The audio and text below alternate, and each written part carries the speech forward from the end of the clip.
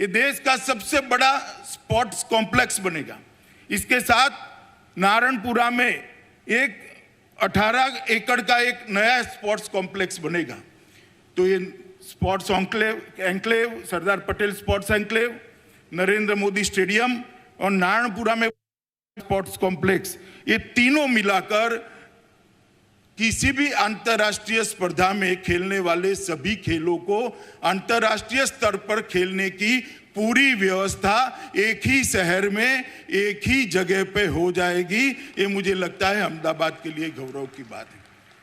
मैं आज बताना चाहता हूं अहमदाबाद और देश के लोगों को कि तीनों चीजें मिलाकर सरदार पटेल स्पोर्ट्स एन्क्लेव, जिसका हिस्सा नरेंद्र मोदी स्टेडियम और नारायणपुरा में बनने वाला एक स्पोर्ट्स कॉम्प्लेक्स, ये तीनों चीजों को अगर मिलाते हैं तो 233 एकड़ भूमि पर कोई भी अंतर्राष्ट्रीय खेल स्पर्धा करनी है, चाहे कॉमनवेल्थ गेम करने हो, चाहे एशियाड करना हो, चाहे ओलंपिक करना हो, अहमदाबाद 6 महीने के अंदर तैयार होकर खड़ा हो जाए। इस प्रकार का स्पोर्ट्स इंफ्रास्ट्रक्चर आज यहां पर बनने की शुरुआत हुई है। और इस स्पोर्ट्स इंफ्रास्ट्रक्चर के बनने के साथ ही अहमदाबाद भारत में स्पोर्ट्स सिटी के नाम से जाना जाएगा, जो हमारे प्रधानमंत्री नरेंद्र मोदी जी गुजरात के मुख्यमंत्री थे तब देखा हुआ उनका सपना था। मित्रों, आज मैं जब यहां पर इस कार्यक्रम में बोल रहा हूं तब मुझे मोदी जी का ये सभी जो सुविधाएं खड़ी हो रही है, इसके लिए उनकी जो दूरदर्शिता थी, उनका जो विजन था, उसका जिक्र अगर मैं नहीं करूंगा तो मेरी बात अधूरी। मोदी जी जब गुजरात के मुख्यमंत्री बने, कई बार उन्होंने मंत्रिमंडल में कहा कि गुजरातियों को 2 चीजों में आगे बढ़ना चाहिए, सब चीज में हम आगे हैं, 2 चीजों को नहीं छोड़नी चाहिए, एक स्पोर्ट्स और दूसरा सेना में भर्ती। सेना में भर्ती का कोटा भी हमारा खाली रह जाता था और स्पोर्ट्स की दुनिया में भी गुजराती कहीं दूर दूर तक दूरबीन लेकर भी ढूंढो दिखाई नहीं पड़ते थे। वहीं से नरेंद्र भाई ने गुजरात में दोनों की चीजों की शुरुआत की और आज मुझे कहते हुए गर्व है कि जो हमारा गुजरात का कोटा है सेना की भर्ती का, वो आज खाली नहीं जाता है। गुजराती युवा आज सेना में भर्ती होना शुरू हो गया है। और जहां तक खेल कूद का सवाल है, जहां तक स्पोर्ट्स का सवाल है, खेलो गुजरात की शुरुआत करी, बड़ी बड़ी स्पोर्ट्स सुविधाओं के अंदर उन्होंने अपना योगदान दिया, उसको विजुअलाइज किया, उसको जमीन पर उतारा, उसको मूर्त रूप दिया। गुजरात क्रिकेट एसोसिएशन के अत्यंत व्यस्त होने के बावजूद मैं ही आग्रह करने गया था, हम सबके आग्रह का सम्मान करते हुए वो उसके अध्यक्ष बने और एक विजन से क्रिकेट का पैसा सिर्फ क्रिकेट में न रहे, सारे खेल कूद को, सारे स्पोर्ट जगत को नर्सिंग करने का काम करें, इस विजन के साथ इन्होंने इसकी दूरदर्शिता के साथ उसी वक्त प्लानिंग की थी। और मित्रों, जब स्टेडियम बनाने की बात आई तब उन्होंने हम सब के सामने कहा था, छोटा मत सोचकर सोचिए, गुजरात में जो भी होगा विश्व का सबसे बड़ा होगा और विश्व में सबसे बड़ा होकर रहेगा।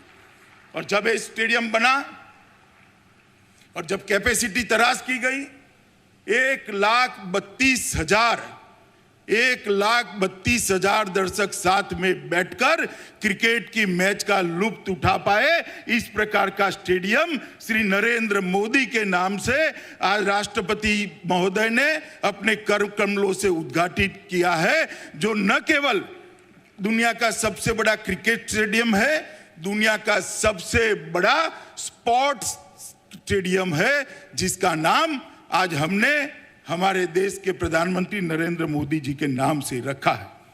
ये जो सुविधाएं जो होने जा रही है, इसके पहले मैं थोड़ा क्रिकेट स्टेडियम के बारे में भी आपको बताना चाहता हूं। मित्रों, 32 ओलंपिक साइज के फुटबॉल जितना ये मैदान है, 2,48,714 वर्ग मीटर का इसका क्षेत्रफल है, 1,14,126 घन मीटर कंक्रीट और 13,306 मैट्रिक टन लोहा इसके सुदृढ़ीकरण के लिए उपयोग में किया गया है।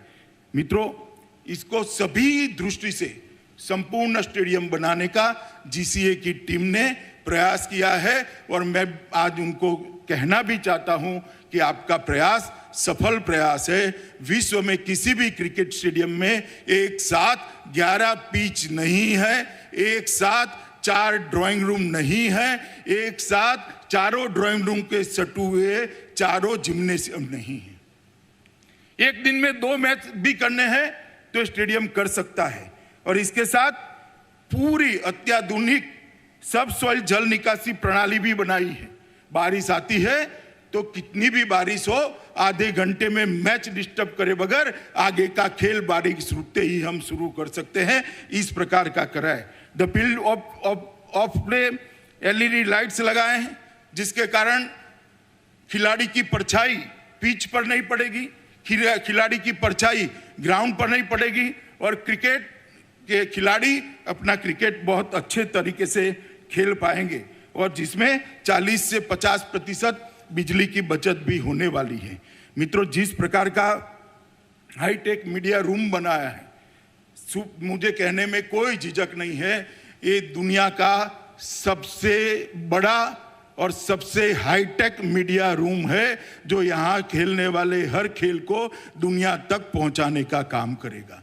खेल चाहे नरेंद्र मोदी स्टेडियम में खेला चाहे, खेल चाहे सरदार पटेल स्पोर्ट्स एन्क्लेव के अंदर खेला चाहे, वो खेल को प्रसारित करने की व्यवस्था ये नरेंद्र मोदी क्रिकेट स्टेडियम के मीडिया रूम में है। और हाईटेक मीडिया बॉक्स जो बनाए हैं वो भी अपने आप में एक बहुत आधुनिक प्रकार के बॉक्सों का सृजन मेहनत कर कर प्लानिंग कर कर GCA के माध्यम से किया गया है। यहाँ पर आवाजाही के लिए BRTS से भी जुड़ने वाला है, मेट्रो भी यहाँ तक पहुँचने वाली है और जब ये रिवर फ्रंट का एक्सटेंशन समाप्त हो जाएगा, एक सुंदर मां नर्मदा और साबरमती के नीर हमेशा यहाँ शांति और शीतलता प्रदान करते रहेंगे। इस प्रकार का एक कुदरती नजारा करने का काम समाप्त हो जाएगा। और मित्रों, मैं इसके साथ में ये भी कहना चाहता हूँ कि स्पोर्ट्स कॉम्प्लेक्स के अंदर ही, नरेंद्र मोदी स्टेडियम के अंदर ही अलग अलग प्रकार के कई खेल को खेलने की व्यवस्थाएं की है, खिलाड़ियों को रहने की व्यवस्था की है और इसके कोचिज को रहने की व्यवस्था भी सरदार पटेल स्पोर्ट एन्क्लेव के अलावे करी। और इसके साथ अहमदाबाद शहर, गांधीनगर जिला और अहमदाबाद ग्रामीण जिला के 600 स्कूलों को हम इसके साथ जोड़ने वाले हैं जिनके पास अपने प्लेग्राउंड नहीं है। इनके पास अपने प्लेग्राउंड नहीं है, बच्चों को खेलने की सुविधाएं नहीं है। अगर बच्चा खेलेगा नहीं तो हारेगा कैसे? वो हार को हजम नहीं कर पाएगा। जीतने का जज्बा कैसे खड़ा होगा, जीतने का जुनून कैसे खड़ा होगा? और ये संस्कार जो बच्चे में रह जाते हैं वो उसको एक अच्छा मनुष्य बनते हुए रोकते हैं। हम 650 स्कूलों को, 600 से ज्यादा स्कूलों को, लगभग 650 स्कूलों को इस नरेंद्र मोदी स्टेडियम के साथ जोड़ने वाले हैं। 34 बसें उनको लाने ले जाने का काम करेगी।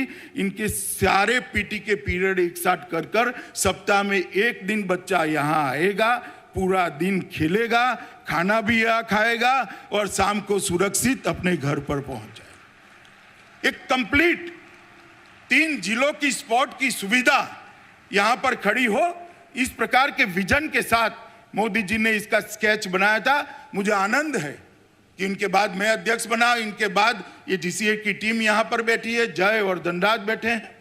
इन सब ने इकट्ठा होकर आज मोदी जी के विचार को जमीन पर उतारने का काम किया।